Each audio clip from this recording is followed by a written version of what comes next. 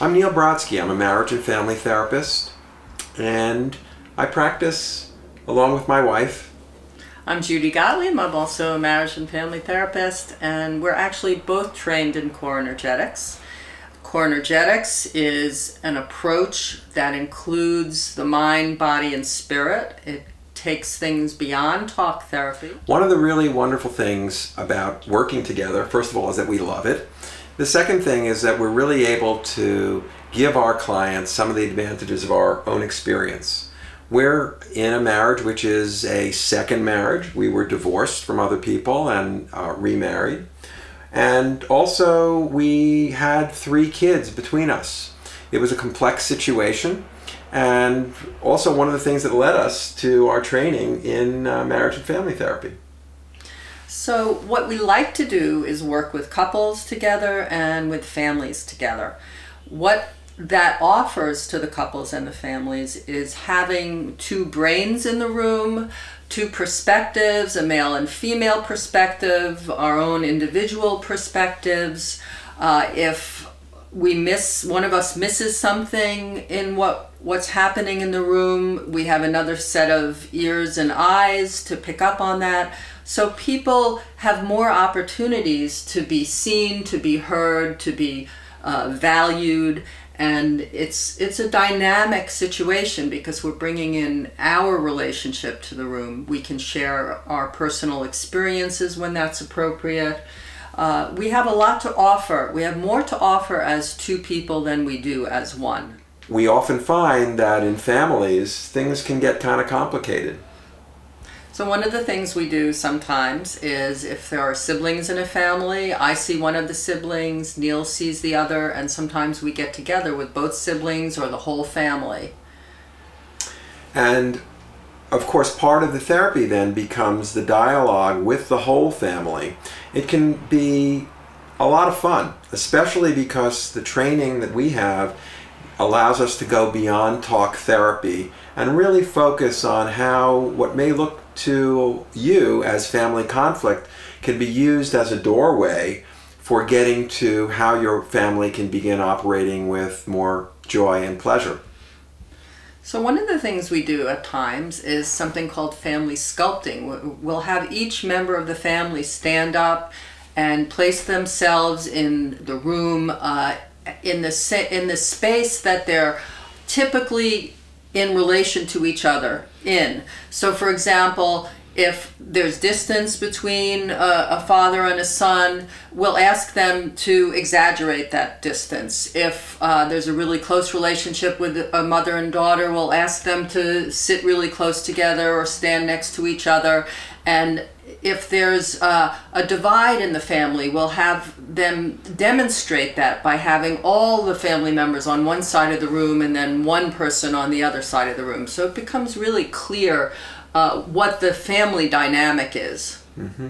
So ultimately there's a lot of flexibility in the kind of work that we do. And even within the session, there's the possibility of breaking out different parts of the family so that people can have dialogues. The kids perhaps could spend some time together in the course of a session. And the parents could have a chance to speak with us privately as well. Right. Sometimes I'll go with the parents in another office in our suite, and Neal will stay with the children, the teens, and then we'll come back together. So there's a lot of variation and flexibility in the way we work together. Mm-hmm. And the other piece of it is that this doesn't have to be signing up for tremendously long-term therapy. What we find is that often families will begin with us and then they'll come in after some period of time as needed, as things begin to stabilize. Yeah, I think results occur more quickly when a whole family comes in because it's intense. There's like a spotlight being put on the family system, and it really mirrors back to them what's going on. So if you find yourself in blame and judgment of your partner on a regular basis, I mean, we all fall into that trap, but if you're noticing on a daily basis, you're constantly triggered by your partner, that's the time to pick up the phone and call us, because there's actually 4 predictors for divorce that Dr. John Gottman reviews in his books and his tapes: criticism, contempt, defensiveness, and stonewalling, where you shut down and you won't talk to your partner.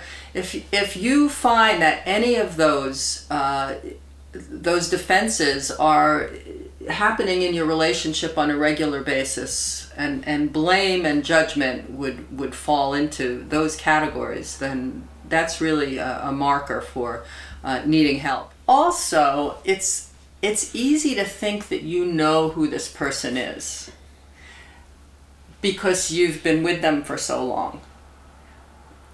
If you can continually reveal yourself to the other and encourage the other to reveal themselves to you, and know that there's still a mystery about this other person, there's still something that you don't know about them, just as there's things you don't know about yourself. I mean, we're on a journey in this life, and there's still things I don't know about myself. There's still sides of myself that I haven't revealed to myself. To keep that in mind, people tend to box each other in and think that they know everything that he's thinking and how he would behave in a certain situation, and it's not the truth. Mm-hmm. And hearing that from your partner, hearing what they think you think, can be hurtful. And so taking ownership, really, and allowing for your own feelings, and being able to realize that you may not know everything that's going on with your partner, that's going to open up a lot of space for probably finding delight again in your relationship. Right, but it's important to bring it out, because otherwise it's in the shadow, and it creates a toxicity in the relationship if you pretend that that doesn't exist. So that unhappiness and that pain that can sometimes be caused by that way of communicating or not communicating is something which we're going to allow some space for, and it's really going to be, rather than being seen as a roadblock, we're going to use it in session with you so that it becomes a bridge for a happier relationship. And one of the things that we do is something called the full self-expression process, which was developed by our mentors and friends who are social workers, Brian and Marcia Gleason, who developed the exceptional marriage mentoring approach. So that's something that we use when we get stuck in a conflict. We sit down and do a written process which starts with that blame and judgment, but ends in love and appreciation. So we know, even though we're filled with negativity in the moment from whatever we're in conflict about, that the goal is to go from that defended place to a place of love. And it works every time for us. I mean, it just transforms, because we have this outlet to express all the yuck at first, all the negativity, all the resistance to letting that go, because sometimes it just feels so good to be in that negative place, that negative self-righteous place. But we know that we're going to take these steps through 10 different ways of being and express them fully, and then move in the direction of love and appreciation, feeling sorry for your behavior, remorse, and it's a really wonderful tool. So you probably heard the idea that pain exists in everyone's life.